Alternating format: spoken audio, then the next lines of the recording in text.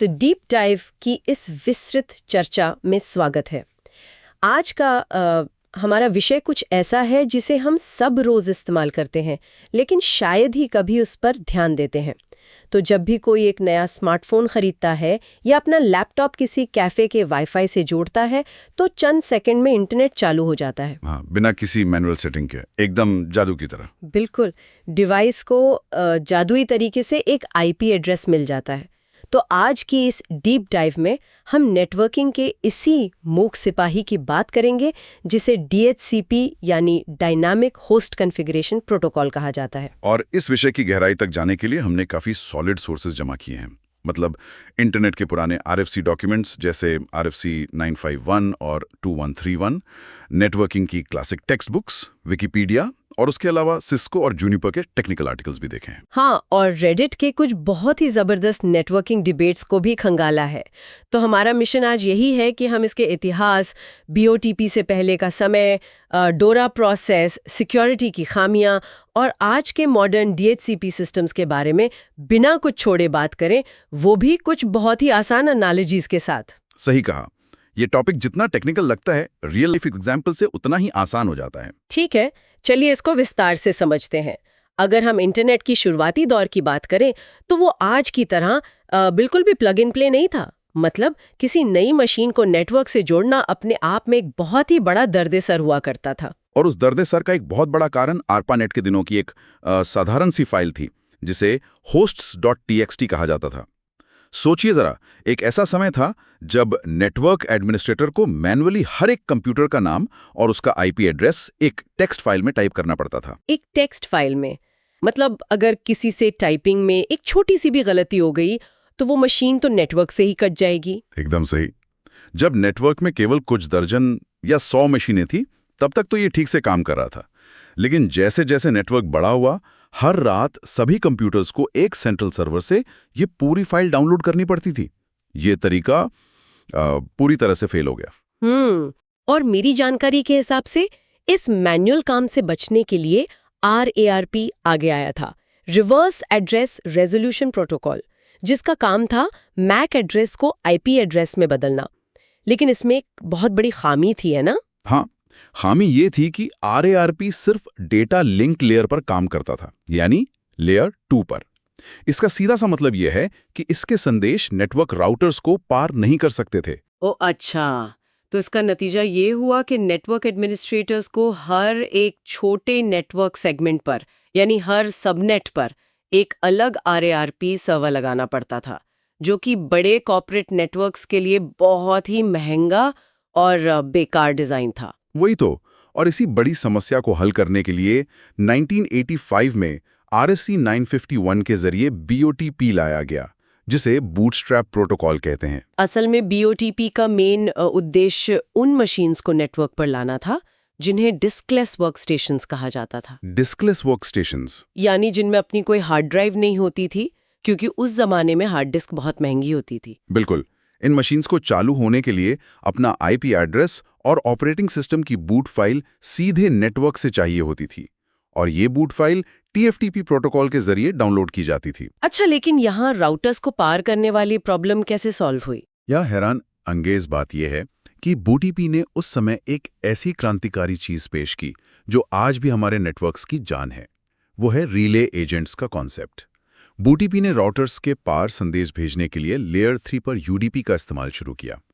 अब हर सबनेट पर एक सर्वर लगाने की जरूरत नहीं थी। तो एक रिले एजेंट बस एक ऐसा राउटर या स्विच होता था जो लोकल ब्रॉडकास्ट संदेशों को सुनता था, उन्हें यूनिकास्ट पार्सल में पैक करता था और दूर बैठे एक सेंट्रल सर्वर तक भेज देता था। ये तो बहुत स्मार्ट था। स्मार्ट तो था, लेकिन BOTP अपने आप में कोई आखिरी समाधान नहीं था। ये अभी भी काफी हद तक स्टैटिक था। हाँ, मैं सोच रही थी कि ये तो एक रिजर्व्ड पार्किंग स्पेस की तरह हो गया ना। एडमिनिस्ट्रेटर को डेटाबेस में हर मैक एड्रेस के सामने एक फिक्स्ड IP एड्रेस दर्ज करना पड़ता था। अगर आपकी मशीन यानी आपकी गाड़ी उस पार्किंग में नहीं भी है, तो भी वो जगह किसी और को नहीं दी जा सकती थी। सही पकड़ा आपने। और जैसे जैसे मोबाइल डिवाइसेस और लैपटॉप्स का चलन बढ़ा, ये फिक्स एड्रेस वाला तरीका IP एड्रेस खत्म होने का कारण बनने लगा। और इसी पार्किंग की समस्या को, यानी IP एड्रेस के बर्बाद होने को रोकने के लिए 1993 में DHCP को लाया गया। डायनामिक होस्ट कॉन्फ़िगरेशन प्रोटोकॉल, जिसका मेन आइडिया था एड्रेसेस को डायनामिक तरीके से बांटना। जब किसी डिवाइस को नेटवर्क की ज़रूरत हो, उसे एक आईपी दे दो, और जब उसका काम खत्म हो जाए तो वो एड्रेस वापस लेकर किसी और को दे दो। एग्जैक्टली और इस पूरी स्वचालित प्रक्रिया का दिल है डोरा प्रोसेस। डोरा प्रोसेस को मैंने हमेशा एक बहुत भीड़ वाले रेस्टोरेंट में टेबल मांगने की तरह देखा है। मतलब आप अंदर जाते हैं और डिस्कवर करते हैं, जोर से आवाज लगाते हैं कि क्या कोई मैनेजर खाली टेबल दे सकता है, और फिर मैनेजर आपको एक टेबल ऑफर करता है। रेस्टोरेंट का ये उदाहरण शुरुआत के लिए बहुत बढ़िया है, लेकिन टेक्निकल लेवल पर इसके अंदर काफी कुछ दिलचस्प हो रहा होता है। मैं जानती थी आप इसकी टेक्निकल डिटेल जरूर बताएंगे। बताइए, बैकग्राउंड में क्या चलता है? तो जब डिवाइस डिस्कवर भेजता है तो वो पूरे नेटवर्क में लेयर 2 और लेयर 3 दोनों पर ब्रॉडकास्ट करता है। उसके जवाब में जो ऑफर आता है उसमें सिर्फ आईपी एड्रेस नहीं होता, उसमें सबनेट मास्क, डिफॉल्ट गेटवे और डीएनएस सर्वर्स की जानकारी भी होती है। और मुझे डोरा का तीसरा कदम यानी रिक्वेस्ट हमेशा से सबसे स्मार्ट लगता है। मतलब ऑफर मिलने के बाद भी डिवाइस चुपचाप उस आईपी को नहीं अपनाता, बल्कि वो फिर से पूरे नेटवर्क में चिल्लाकर ब्रॉडकास्ट रिक्वेस्ट भेजता है कि भाई मैं फलां सर्वर का ये ऑफर स्वीकार कर रही हूँ।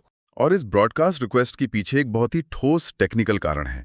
एक बड़े एंटरप्राइज नेटवर्क में अक्सर एक से ज्यादा डीएचसीपी सर्वर होते हैं, ताकि अगर एक डाउन हो जाए तो दूसरा काम कर सकें। अच्छा, तो जब डिवाइस ब्रॉडकास्ट करके अपनी पसंद बताता है तो नेटवर्क में बैठे बाकी सभी सर्वर्स को पता चल जाता है कि उनकी तरफ से दिया गया ऑफर ठुकरा दिया गया है। बिल्कुल, वो समझ जाते हैं कि अब वो अपने उस रिजर्व किए गए आईपी एड्रेस को वापस अपने खाली पूल में डाल सकते हैं, ताकि उसे किसी और को दिया जा सके। इसके बाद अंत में सर्वर एक्नॉलेज संदेश भेजता है, जो इस बात की पक्की रसीद होती है कि अब ये आईपी एड्रेस इस्तेमाल के लिए तैयार है। DORA, discover, offer, request, acknowledge. लेकिन डोरा के अलावा भी बैकग्राउंड में कई और जरूरी संदेश चलते हैं। जैसे कई बार पुराने विंडोज एक्सपी कंप्यूटर्स पर स्क्रीन के कोने में एक पीले रंग का पॉपअप आता था, आईपी एड्रेस कॉन्फ्लिक्ट। सही कहा। ये तब होता है जब DHCP डिक्लाइन काम में आता है। सही कहा। डिवाइस को आईपी तो मिल जाता है, लेकिन वो नेटवर्क पर चेक करता है ARP के जरिए कि कहीं कोई और मशीन पहले से तो इस आईपी का इस्तेमाल नहीं कर रही। और अगर कर रही होती है तो डिवाइस सर्वर को डिक्लाइन संदेश भेजकर उस आईपी को लेने से मना कर देता है।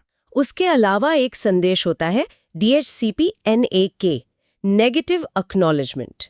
इसको हम ऐसे समझ सकते हैं ना कि मान लीजिए किसी ने अपना लैपटॉप घर के नेटवर्क से निकाला और सीधा ऑफिस के नेटवर्क में लगा दिया। हाँ, तो लैपटॉप ऑफिस के सर्वर से कहता है कि मेरे पास पहले से घर वाला ये आईपी है, क्या मैं इसे यहाँ इस्तेमाल कर सकता हूँ? तब ऑफिस का सर्वर तुरंत एक DHCP NI भेजता है, जिसका सीधा मतलब है बिल्कुल नहीं, ये आईपी इस नेटवर्क का हिस्सा नहीं है, तुम्हें शुरू से डोरा प्रोसेस करना होगा। इसके साथ ही एक DHCP रिलीज भी होता है, जब कोई डिवाइस शटडाउन होने से पहले शराफत से सर्वर को अपना आईपी वापस कर देता है। और DHCP इन्फॉर्म उन डिवाइसेस के लिए है जिनके पास आईपी तो मैन्युअली सेट किया गया है, लेकिन उन्हें DNS जैसी अन्य सेटिंग्स सर्वर से चाहिए होती हैं। यहाँ सबसे ज्यादा दिलचस्प बात सामने आती है कि ये जो आईपी एड्रेस मिलता है, ये डिवाइस के पास आखिर कितनी देर तक रहता है। हमने BOTP के स्टैटिक तरीके की बात की थी, लेकिन सोर्सेस बताते हैं कि DHCP में एलोकेशन के 3 मुख्य तरीके होते हैं। हाँ, पहला है मैनुअल एलोकेशन, जो बिल्कुल BOTP जैसा ही है। मैक एड्रेस को फिक्स आईपी से बांध देना। प्रिंटर्स या सर्वर्स के लिए आज भी यही इस्तेमाल होता है। दूसरा है ऑटोमेटिक एलोकेशन, जहां आईपी हमेशा के लिए डिवाइस को दे दिया जाता है। लेकिन सबसे ज्यादा इस्तेमाल होने वाला और सबसे अहम तरीका है डायनामिक एलोकेशन, जहां आईपी एड्रेस को एक तय समय के लिए किराए पे यानी लीज पर दिया जाता है। और इसी लीज को मेंटेन रखने के लिए बैकग्राउंड में DHCP स्टेट मशीन काम करती है। जब डिवाइस को आईपी मिल जाता है तो वो बाउंड स्टेट में होता है, लेकिन ये आराम की स्थिति हमेशा नहीं रहती। इसके पीछे 2 अदृश्य घड़ियां लगातार टिक टिक कर रही होती हैं, जिन्हें T1 और T2 टाइमर्स कहा जाता है। ये टाइमर्स वाला हिस्सा किसी सस्पेंस थ्रिलर से कम नहीं लगा मुझे। मान लीजिए सर्वर ने किसी मशीन को 8 घंटे के लिए आईपी दिया है, तो जैसे ही 4 घंटे गुजरेंगे, यानी लीज का 50% समय पूरा होगा, T1 टाइमर एक्टिव हो जाएगा। डिवाइस तुरंत रिन्यूइंग स्टेट में चला जाएगा। वो उसी स्पेसिफिक सर्वर को एक सीधा यूनिकास्ट संदेश भेजा जिसने उसे आईपी दिया था कि क्या मैं इस लीज को और आगे बढ़ा सकता हूं। 80 से 90% मामलों में सर्वर हाँ कह देता है और लीज रीसेट हो जाती है। लेकिन असली ड्रामा तब शुरू होता है जब वो ओरिजिनल सर्वर जवाब नहीं देता। मान लीजिए वो सर्वर किसी पावर कट या नेटवर्क आउटेज की वजह से डाउन हो गया है। अब क्या होगा? ऐसी स्थिति में डिवाइस घबराता नहीं है, वो इंतजार करता है। जब लीज का 87.5% यानी 87.5% समय गुजर जाता है, तब T2 टाइमर ट्रिगर होता है। अब डिवाइस रीबाइंडिंग स्टेट में आ जाता है, मतलब उसे समझ आ जाता है कि पुराना सर्वर अब नहीं रहा। तो वो फिर से पूरे नेटवर्क में ब्रॉडकास्ट चिल्लाने लगता है कि मेरी लीज बस खत्म ही होने वाली है। क्या नेटवर्क में कोई भी दूसरा DHCP सर्वर मेरी मदद कर सकता है? बिल्कुल। और अगर समय पूरा होने तक कोई सर्वर जवाब नहीं देता तो डिवाइस को मजबूरन अपना आईपी छोड़ना पड़ता है और नेटवर्क कनेक्शन टूट जाता है। यही वो वक्त होता है जब लोगों को नो इंटरनेट का एरर दिखने लगता है। हमने इस पूरी चर्चा में ब्रॉडकास्ट की अहमियत देखी, लेकिन बड़े कॉर्पोरेट नेटवर्क्स में जहां हजारों एम्प्लॉयज होते हैं, वहां राउटर्स इन ब्रॉडकास्ट को रोक देते हैं। ऐसे में हमने रिले एजेंट्स का जिक्र किया था जो इस ब्रॉडकास्ट को यूनिकास्ट पार्सल में बदलते हैं। लेकिन यहाँ एक पेच है। क्या पेच है? जब ये यूनिकास्ट पार्सल डेटा सेंटर में बैठे मेरे सर्वर तक पहुंचता है, तो सर्वर को आखिर कैसे पता चलेगा कि किस मंजिल के किस डिपार्टमेंट को कौन से नेटवर्क का आईपी देना है? वहीं पर ऑप्शन 82 नाम की एक बहुत ही पावरफुल टेक्निक काम आती है। मैंने इसे पढ़ते वक्त हमेशा एक ट्रैकिंग स्टिकर की तरह समझा है। ट्रैकिंग स्टिकर कहना ठीक है, लेकिन कॉर्पोरेट लेवल पर इसे एक सख्त बाउंसर की तरह समझना ज्यादा सटीक होगा, जो आपकी एग्जैक्ट लोकेशन जानता है। जब स्विच या राउटर रिले एजेंट की तरह काम करता है तो वो DHCP पैकेट के अंदर ये ऑप्शन 82 जोड़ देता है। इसके दो मेन हिस्से होते हैं, सर्किट आईडी और रिमोट आईडी। तो अगर कोई एम्प्लॉय बिल्डिंग के तीसरे फ्लोर पर किसी स्पेसिफिक स्विच के 5वें पोर्ट पर अपना लैपटॉप लगाता है, तो ये जानकारी पैकेट में एम्बेड हो जाती है। रिमोट आईडी में उस स्विच का अपना मैक एड्रेस होता है और सर्किट आईडी में उस पोर्ट और VLAN की जानकारी होती है। जब डेटा सेंटर का सर्वर इस पैकेट को खोलता है तो वो तुरंत डेटाबेस में चेक करता है कि अच्छा, ये रिक्वेस्ट तीसरे फ्लोर के मार्केटिंग डिपार्टमेंट वाले स्विच पोर्ट से आई है। उसके आधार पर सर्वर बिल्कुल सटीक मार्केटिंग वाले VLAN का IP एड्रेस असाइन करता है। ये तो काफी बढ़िया तरीका है, और मैंने पढ़ा था कि इंटरनेट सर्विस प्रोवाइडर्स भी इसी ऑप्शन 1222 का इस्तेमाल करते हैं ताकि ये पक्का हो सके कि सही ग्राहक को सही पब्लिक IP और बैंडविड्थ स्पीड मिल रही है। बिल्कुल, ISP के नेटवर्क में ये ऑथेंटिकेशन के लिए बहुत जरूरी होता है। लेकिन देखिए, ये टेक्निकल तालमेल बहुत शानदार है, पर जहां सुविधा होती है वहां सुरक्षा का जोखिम भी सबसे ज्यादा होता है। DHCP के बेसिक डिजाइन की सबसे बड़ी कमजोरी ये है कि ये जन्म से ही बहुत ज्यादा भरोसा करने वाला प्रोटोकॉल है। इसमें डिफॉल्ट रूप से कोई ऑथेंटिकेशन नहीं होता। वही सबसे बड़ी प्रॉब्लम है। नेटवर्क में कोई भी मशीन उठकर कह सकती है कि हाँ, मैं ही DHCP सर्वर हूं, और बाकी डिवाइसेस उस पर आंख बंद करके भरोसा कर लेंगे। और इसी अंधे भरोसे की वजह से नेटवर्क में सबसे खतरनाक अटैक्स होते हैं, जिनमें से एक है रोग DHCP सर्वर। एक सोर्स ने बड़ा अच्छा एग्जाम्पल दिया था कि ये अक्सर हैकिंग से ज्यादा इंसानी गलती से होता है। सोचिए, कोई इंटर्न ऑफिस आता है, उसे वाईफाई नहीं मिल रहा, तो वो चुपचाप अपना घर का सस्ता सा वाईफाई राउटर ऑफिस के ईथरनेट पोर्ट में लगा देता है। और बस तबाही शुरू। वो घर का राउटर पूरे कॉर्पोरेट नेटवर्क में ब्रॉडकास्ट का जवाब देने लगता है, और ये जवाब अक्सर असली सर्वर से पहले पहुंच जाता है। जब वो इंटर्न का राउटर डिवाइसेस को IP एड्रेस और सबसे महत्वपूर्ण अपना खुद का डिफॉल्ट गेटवे दे देता है, तो उन डिवाइसेस का सारा नेटवर्क ट्रैफिक इंटरनेट पर जाने के बजाय उस छोटे से राउटर की तरफ जाने लगता है। इसे man in the middle attack का क्लासिक उदाहरण कह सकते हैं। अगर ये काम गलती से नहीं बल्कि किसी हैकर ने जानबूझकर किया हो तो वो सारा सेंसिटिव डेटा, पासवर्ड्स और ईमेल्स आसानी से कैप्चर कर सकता है। बाप रे! और इससे भी ज्यादा आक्रामक है DHCP स्टार्वेशन अटैक। इसमें तो किसी राउटर को लगाने की जरूरत ही नहीं होती। हैकर बस Yersinia जैसे किसी टूल का इस्तेमाल करके एक स्क्रिप्ट चलाता है। हाँ, ये स्क्रिप्ट हर सेकंड हजारों की संख्या में नए और नकली मैक एड्रेस जनरेट करती हैं और नेटवर्क से IP मांगती हैं। असली DHCP सर्वर बेचारा हर रिक्वेस्ट को सही मानकर IP देता जाता है और कुछ ही मिनटों में पूरा IP पूल खाली हो जाता है। उसके बाद नेटवर्क में आने वाले किसी भी असली यूजर को IP नहीं मिलता। पूरा ऑफिस ठप पड़ जाता है। इन सब से बचने का कोई तरीका तो होगा? बिल्कुल है। इन दोनों भयानक हमलों को रोकने के लिए नेटवर्क इंजीनियर्स स्विच के लेवल पर डीएचपी स्नूपिंग नाम का हथियार इस्तेमाल करते हैं। ये स्विच के अंदर एक सिक्योरिटी गार्ड बैठाने जैसा है।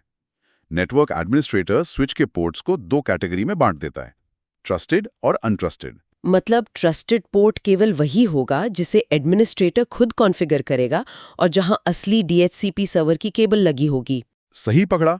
और बाकी जितने भी पोर्ट्स हैं जहां आम यूजर्स या इंटर्न्स बैठते हैं वो सब अनट्रस्टेड होते हैं। एग्जैक्टली।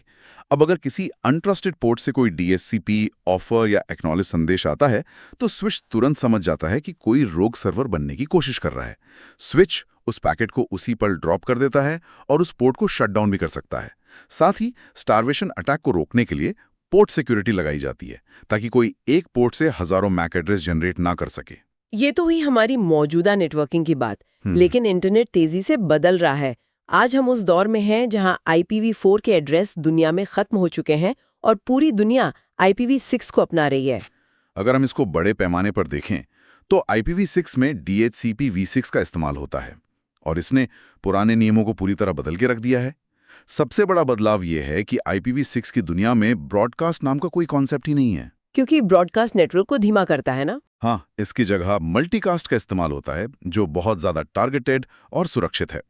यहां डोरा की जगह सैर प्रोसेस ले लेता है, सॉलिसिट, एडवर्टाइज, रिक्वेस्ट, रिप्लाई। और इसमें जो रैपिड कमिट का फीचर है वो नेटवर्क ट्रैफिक को आधा कर देता है। अगर एडमिनिस्ट्रेटर को पता है कि उसके पास केवल एक ही DHCP सर्वर है तो उसे 4 संदेश भेजने की जरूरत ही नहीं है। डिवाइस सॉलिसिट करता है और सर्वर सीधा रिप्लाई देकर IP अलॉट कर देता है। बस 2 स्टेप्स में काम खत्म। IPv6 के संदर्भ में रेडिट की एक चर्चा बहुत सटीक बैठती है, जहां नेटवर्क इंजीनियर्स स्टेटफुल DHCP v6 और स्लैक के बीच बहस कर रहे थे। स्लैक यानी स्टेटलेस एड्रेस ऑटो कॉन्फ़िगरेशन। हाँ, वो वाली चर्चा मैंने भी पढ़ी थी। स्टेटफुल DHCP v6 तो बिल्कुल वैसा ही है जैसा हम अब तक बात करते आए हैं। एक सेंट्रल अथॉरिटी जो हर IP का हिसाब रखती है। इसे हम ऐसे समझ सकते हैं जैसे स्कूल में एक रजिस्टर मेंटेन हो रहा हो कि किस बच्चे को कौन से नंबर का लंच बॉक्स दिया गया है। जबकि स्लैक बिल्कुल इसके उलट है। ये लंच बैग्स की एक बाल्टी की तरह है जहां कोई रजिस्टर नहीं है। डिवाइस नेटवर्क राउटर से सिर्फ नेटवर्क का प्रीफिक्स मांगता है, यानी शुरुआत का हिस्सा।